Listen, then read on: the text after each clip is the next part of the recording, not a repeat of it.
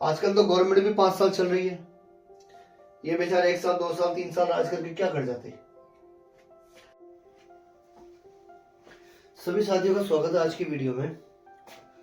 तो हम बात कर रहे थे भारतीय इतिहास की, जो कि शुरू होता है मगध से।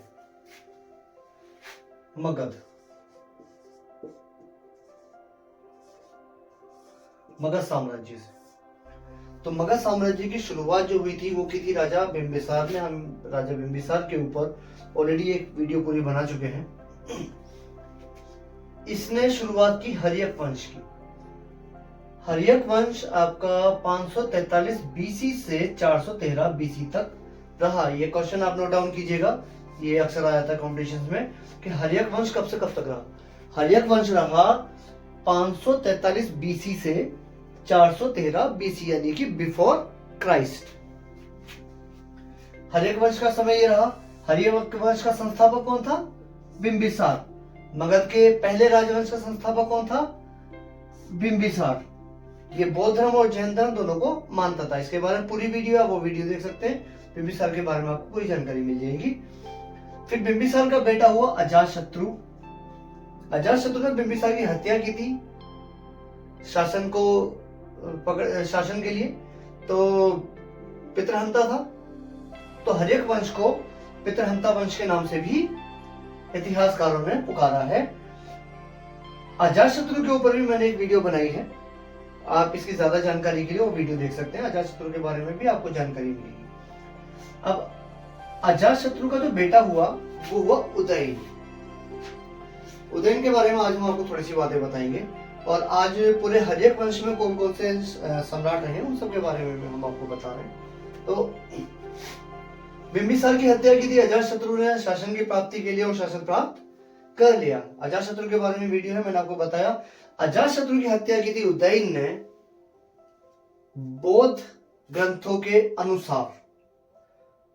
उदयन को हम उदयभद्र भी कहते हैं, अलग अलग उल्लेख मिलता है। तो उदयन का उल्लेख उदयभद्र के नाम से भी मिलता है, जो 461 बिफोर क्राइस्ट से 444 बीसी यानी कि बिफोर क्राइस्ट तक शासन किया।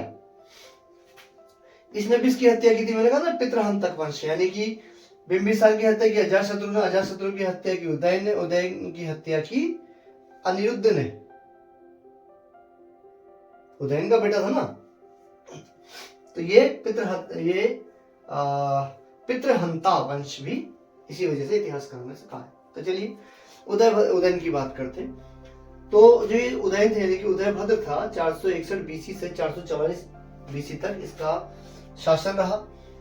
इसने जो काम किया था ना, मेन काम इसके ज्यादा बड़े काम नहीं थे, इसलिए इतिहास में इसका ज्यादा वर्णन नहीं है। इसका जो मेन काम था सिर्फ पाटलिपुत्र, जिसे हम कुसुमपुर या पुष्पपुर के नाम से भी जानते हैं इतिहास में।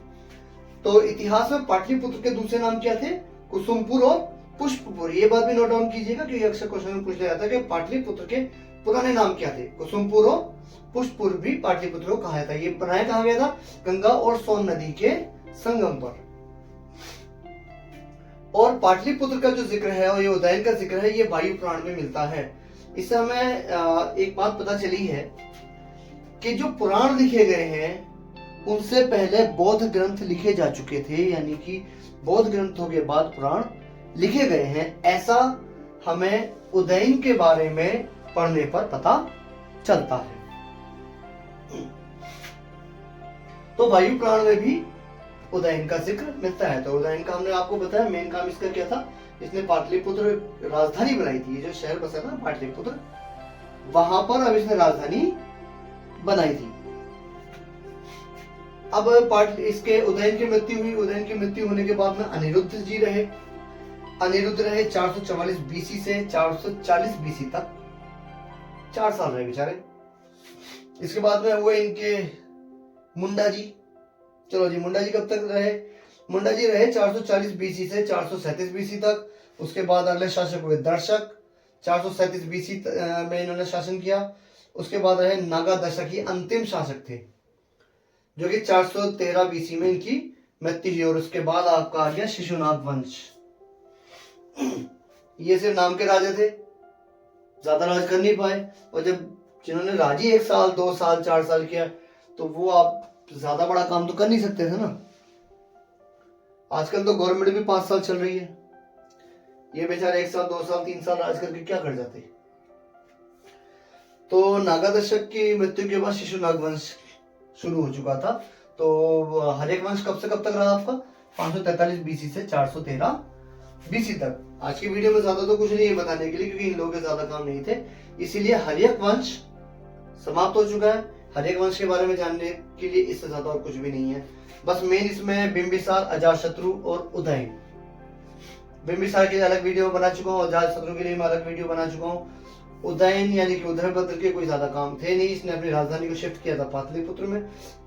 लेकिन एक बात ध्यान रखिए, पाटलिपुत्र का जो किला था ना, उसके बनाने की जो शुरुआत है वो बिंबिसार कर चुका था। यानी कि इसने जो काम किया, इसने सिर्फ कंप्लीट किया है, शुरुआत बिंबिसार कर चुका था इस बार इसके लिए भी। और पुराणों का जो बताया गया है, इतिहासकार जो मानते हैं वो पुराणों से ज्यादा जो विश्वास करते हैं वो बौद्ध ग्रंथों पर और जैन ग्रंथों पर करते हैं। इनको ज्यादा प्रमाणिक माना जाता है इतिहासकारों के अनुसार। इसमें मेरी अपनी कोई पर्सनल राय नहीं है। इतिहासकारों के अनुसार बौद्ध ग्रंथ और जैन ग्रंथों को ज्यादा प्रमाणिक माना जाता है, क्योंकि ये पुराणों से पहले लिखे गए हैं।